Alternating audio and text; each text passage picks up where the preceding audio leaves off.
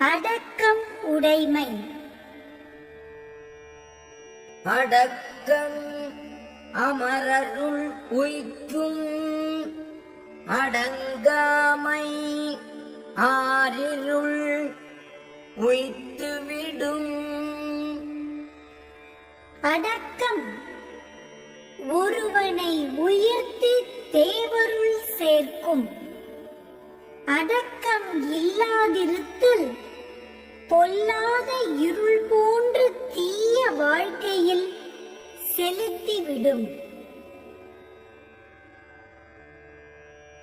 காக்க பொருளா அடக்கத்தை ஆக்கம் அதனின் ஊங்கு இல்லை உயிர்க்கு. அடக்கத்தை உறுதி பொருளாக கொண்டு போற்றி காக்க வேண்டும். அந்த அடக்கத்தை விட மேம்பட்ட ஆக்கம் உயிர்க்கு இல்லை. செறிவு அறிந்து சீர்மை பயக்கும் அறிவு அறிந்து ஆற்றின் அடங்கப் பெறின். அறிய வேண்டியவற்றை அறிந்து நல் வழியில் அடங்கி ஒழுகப் பெற்றால் அந்த அடக்கம் நல்லோரால் அறியப்பட்டு மேன்மை பயக்கும். நிலையின் தெரியாது அடங்கியான் தோற்றம் மலையினும் மானப் பெரிது. தன் நிலையிலிருந்து மாறுபடாமல் அடங்கி ஒழுகுவோனுடைய உயர்வு மலையின் உயர்வை விட மிகவும் பெரிதாகும். எல்லார்க்கும் நன்றாம் பணிதல் அவருள்ளும் செல்வர்க்கே செல்வம் தகைத்து.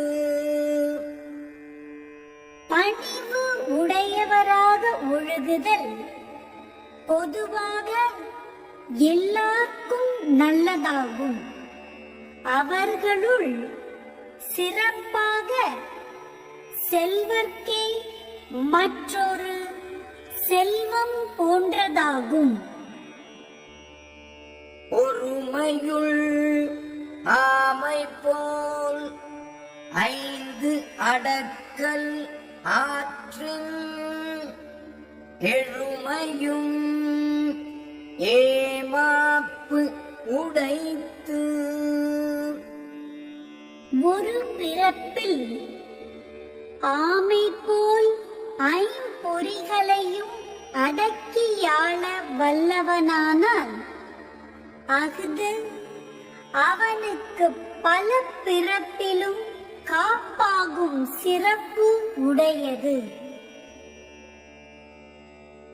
யாக்காவார் ஆயினும் நாக்காக்க காவாக்கால் சோ காப்பர் சொல் இழுக்குப்பட்டு.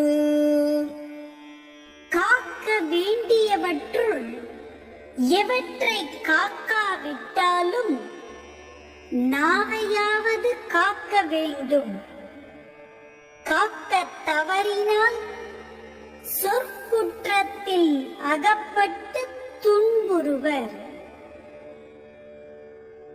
ஒன்றானும் தீச்சொல் பொருள் பயன் உண்டாயின் நன்று ஆகாது ஆகிவிடும். தீய சொற்களின் பொருளால் விளையும் தீமை ஒன்றாயினும் ஒருவனிடம் உண்டானால் அதனால் மற்ற அறங்களாலும் நன்மை விளையாமல் போகும். தீயினால் சுட்ட புண் உள் ஆறும் ஆராதே நாவினால் சுட்டவடு.